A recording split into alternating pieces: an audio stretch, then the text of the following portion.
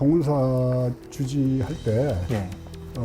어느 신도분의 따님인데 그 당시 고등학생이었습니다. 스님 여러 가지 스님에 대한 추문에 대해서 얘기를 듣고 더 이상 스님을 뵙고 싶지 않습니다. 스님께서 어떻게 이러실 수가 있는지 정말 너무 실망이 큽니다. 앞으로 스님과의 인연을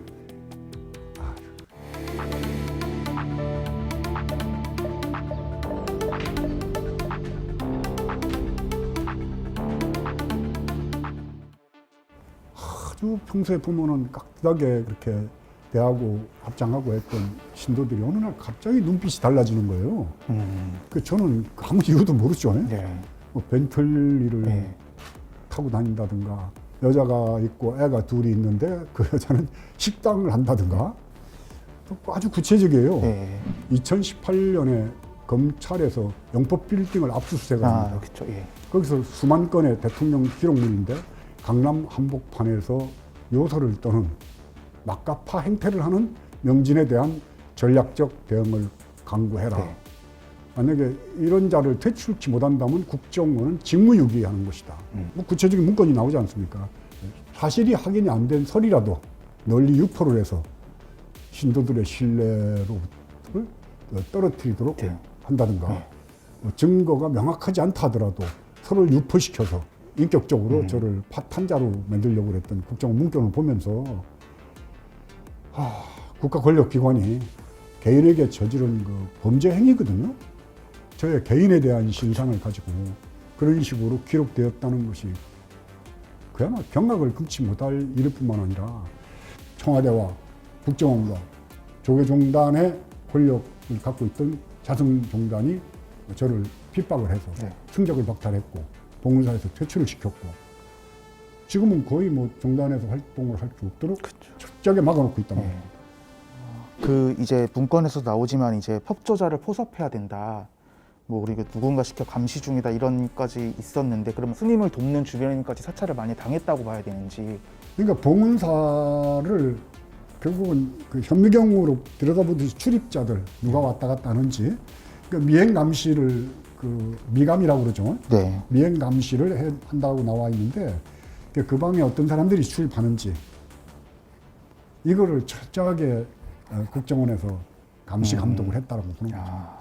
종교인으로서도 좀 당하기 힘든 모욕감 많이 당하셨는데 그럼에도 불구하고 정부에 대한 비판을 계속 하셨던 이유는 좀 어떤 건지 여쭤봐도 될까요? 그러니까 저는 항상 종교라는 게 뭘까? 종교라는 것이 과연 어떤 역할을 하는 걸까? 뭐 하나님도 믿고 부처님도 믿고 마음에도 믿지만은 다 자기들 나름대로 믿는 거 아닙니까? 그렇다면 그 믿음을 갖고 살아가는 사람들이 이 땅을 향해서 해질 일은 뭘까 하는 문제입니다. 네.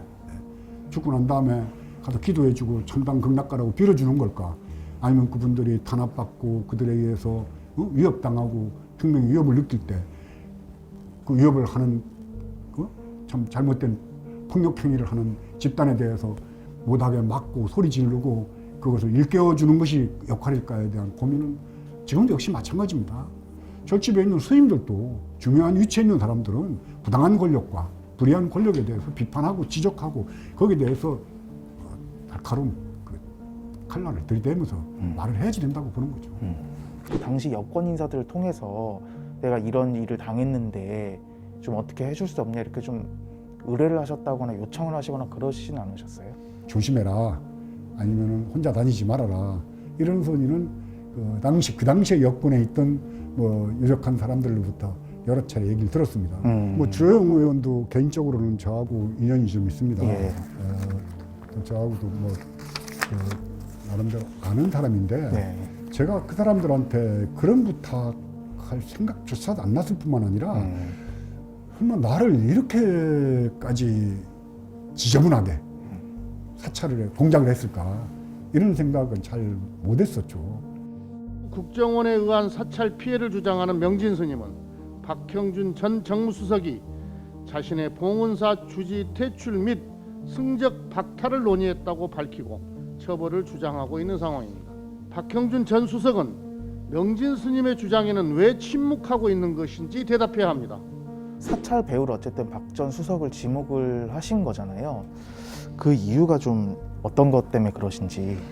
물론 제가 그 2010년 3월 28일 법회에서도 박형준이 연관돼 있다라고 네. 얘기를 했었고 그동안에도 쭉 그렇게 얘기를 해왔었습니다. 사람들이 관심을 안 가졌을 뿐이죠.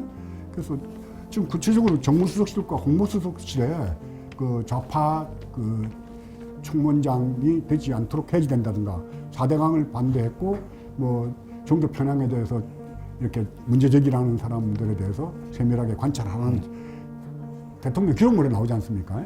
그래서 저는 여기에 대해서 만약에 박형준 그 후보가 문제가 있다면 저를 허위사실 유포에 대한 명예훼손으로 고발을 하라고 당당하게 얘기를 하고 싶습니다. 안상수, 원세훈, 이동관 다 자신 있게 그런 일 없다라고 잡아띄었습니다. 네. 똑같은 경우로 보거든요. 진실은 결국 감춰지질 않아요. 살다 보면은 실수도 할 수 있고 거짓말도 할 수 있고 남에게 죄를 지을 수도 있습니다. 근데 그런 죄들 저지른 것들이 이렇게 드러났을 때 솔직하게 고백하고 허물이 있을 때 그것을 진실로 고백하는 사람. 그 사람이 저는 사람다운 사람이라고 보거든요. 네. 그래서 지금 당장 불리하다고 그래서 잡아떼고 거짓말이라고 그러고 저는 박형준 그 시장이 부산시에 안 나왔더라면은 저의 사찰 문제가 이렇게 커졌을까 하는 생각도 합니다. 선거 때문에 이용하다라는 발언을 하고 있단 말이에요. 이 부분에 대해서는 좀 어떻게 보세요? 저는 그 부분도 좀 불쾌해요. 이 얘기는 제가 나왔을 때 문제가 사건이 됐어야 되는데 뭐 덮고 있다가 이제 선거가 되니까 이 얘기가 나오는데 이런 문제는 선거하고 상관없이 정말 그 공공의 도덕과 또 국가의 안위에 관련된 국가기관이 개인을 사찰해가지고 인격 파탄시키려고 그랬던 아주 조직적인 범죄 행위거든요. 청와대와 국정원과 종단 권력이 합쳐가지고 한 사람의 인격을 말살시키려고 그랬던 이 범죄 행위에 대해서 엄격한 잣대를 가지고 다시는 이런 일이 일어나지 않도록 해야지 된다는 방점을 찍고 싶습니다.